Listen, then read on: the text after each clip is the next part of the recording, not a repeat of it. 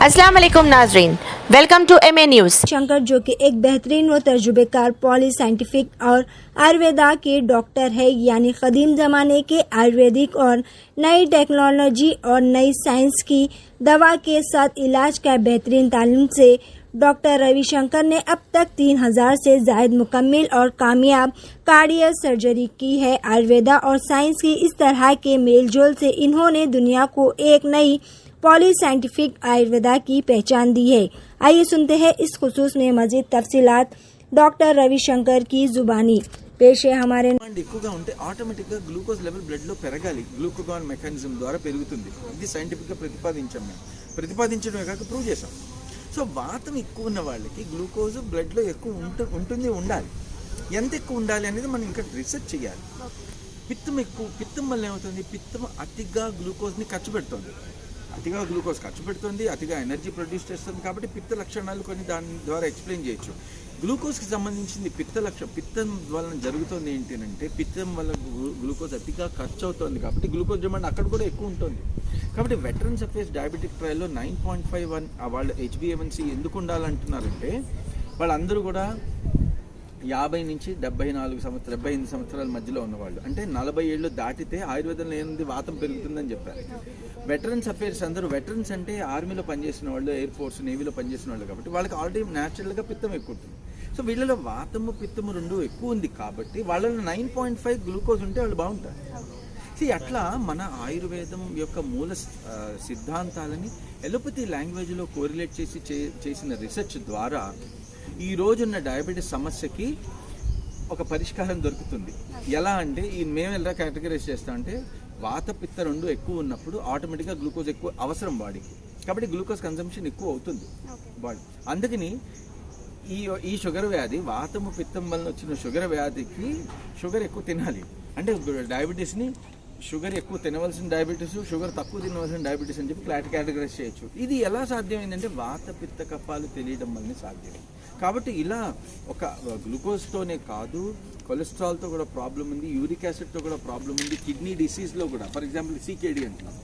CKD వాతం వల్ల రావచ్చు, పిత్తం వల్ల రావచ్చు, కఫం వల్ల రావచ్చు. మీది రొటీన్గా మా దగ్గర పేషెంట్స్ ఎవరైతే మీరు ఇందాక అన్నారు ఎలోపతిలో నయం కానివి అని అంటే, అట్లా కాదండి. ఎలోపతిలో ఒక స్ట్రక్చర్డ్ సైన్స్ అండి, అది చాలా అడ్వాన్స్ సైన్స్. అది కూడా మామూలుగా కదా, ఇందాక మనం చెప్పుకున్నట్టు మీ క్లాస్లో టాపర్సే డాక్టర్స్ అవుతారు, కానీ మామూలు వాళ్ళు డాక్టర్స్ అవ్వలేరు. ఫినిష్డ్ మర్చిపోండి.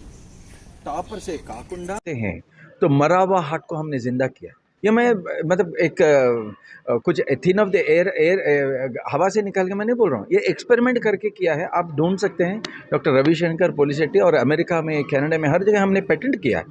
ब्रेन टिश्यू का डैमेज जब होता है, ब्रेन डैमेज को हमने रिपेयर किया. ये एनिमल्स में, ब्रेन डेड एनिमल्स में एनिमल मॉडल बना के उसका रिसर्च करके हमने दिखाया ब्रेन को भी रिजनरेट कर सकते हैं, किडनी का रिजनरेशन हो सकता है, लिवर का रिजनरेशन, पैंक्रियास का रिजनरेशन हो सकता है. और वात पित्त कफ का एक नापने का एक हम डिवाइस बनाए, वो डॉक्टर पॉली बोलते हैं, और उसको हम बहुत जल्द ही आपके सामने पेश करेंगे.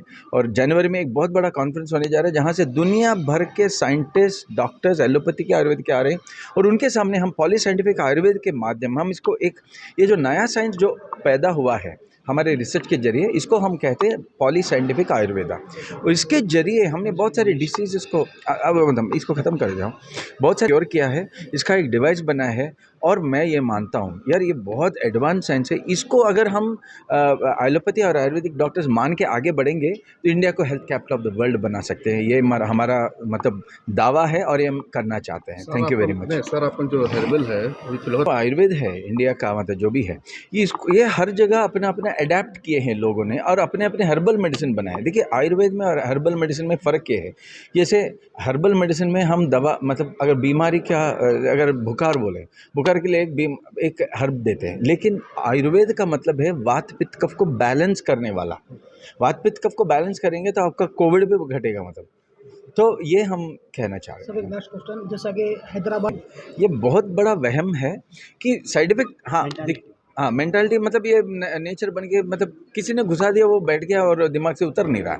हम ये कहते हैं, देखिए आयुर्वेद के दवा भी दवा ही है, उसका साइड इफ़ेक्ट होगा, लेकिन वात पित्त कफ को बैलेंस करते हुए क्या होता है, बॉडी के अंदर जब बैलेंस होता है, जैसे हम खाना खाते हैं, खाने में से जो भी खाने में हम जो भी अगर कुछ नहीं ज़रूरत है वो खाते हैं वो निकल जाता है बॉडी के अंदर स्टूल और यूरिन के जरिए।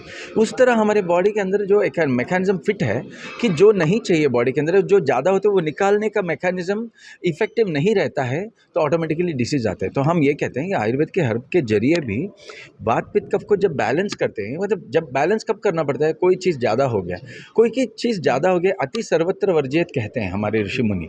तो अति जब कोई चीज़ का ज़्यादा हो जाता है वो विष बन जाता है बॉडी के अंदर, उसको हम बाहर निकाल रहे हैं आयुर्वेद के जरिए। तो इसीलिए साइड इफेक्ट नहीं है, ये साइड बेनिफिट है। हानिकारक जैसा बोलते हैं, जैसे बॉडी को नुकसान पहुंचाने। नहीं, अगर ठीक ठाक आप खाना